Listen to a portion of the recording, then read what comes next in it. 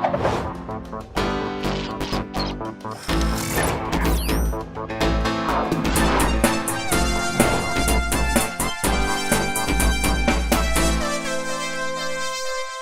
once you know your premise, it will make writing your story much easier and quicker.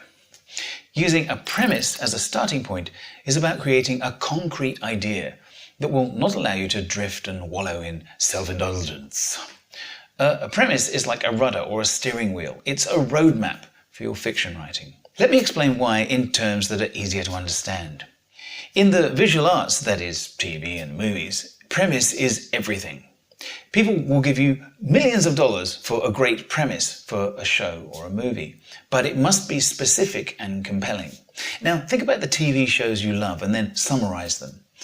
A best-selling author and female New York cop investigate murder mysteries and their relationships deepen over time. Castle. A Smithsonian anthropologist and an FBI agent investigate murder mysteries and their relationship deepens over time. Bones.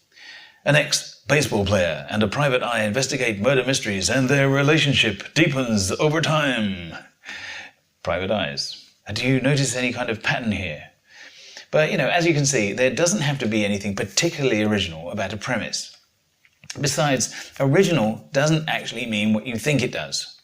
In many ways, original really means the same, but different. But do these above examples help us understand a premise? Perhaps. A dictionary definition is more specific. A premise is a proposal from which a conclusion can be drawn.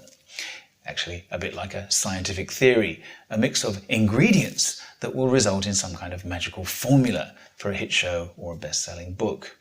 In this definition, premise is the concrete idea that drives a story.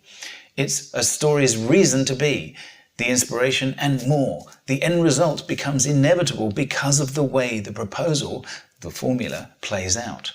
And as we all know, the deepening of these various relationships must end in consummation and often marriage, even though this will always destroy the original premise. Think of a premise for a story now. For instance, a character finds a magic stone that makes him invisible. So he decides to rob a bank with it and become rich. Now, if you're any kind of fiction writer, you can see where this is going. It will no doubt end badly. But already the premise is suggesting a structure, even a character type, and a possible scenario. Plus, if your ultimate message is going to be that having a magic stone will get you put in prison, your message and your moral code is already going to be intrinsic to your story outline. Now, if you follow the modern trend and make your protagonist somewhat slightly successful in his first evil endeavors, then you're indulging in a kind of moral ambiguity and perhaps eliciting sympathy for a bad guy before his inevitable downfall. This is good, to be expected. Here, by thinking through our premise, we're beginning to touch on theme, which is really an expression of our internal world and a reflection of our ethical viewpoint.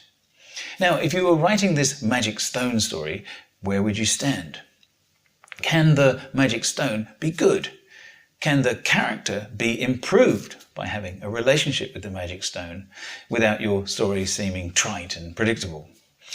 This is a great time to test your story for originality before you write it. And you do that by asking pertinent questions about your theme and premise before you start the writing. Try it. Invent a premise. Then ask yourself, is it bold? By which I mean, is it believable? Is it original? Is it logical? Is it durable? Finally, ask yourself, what can I do to make the premise better, more interesting, more compelling, but still in line with my value system?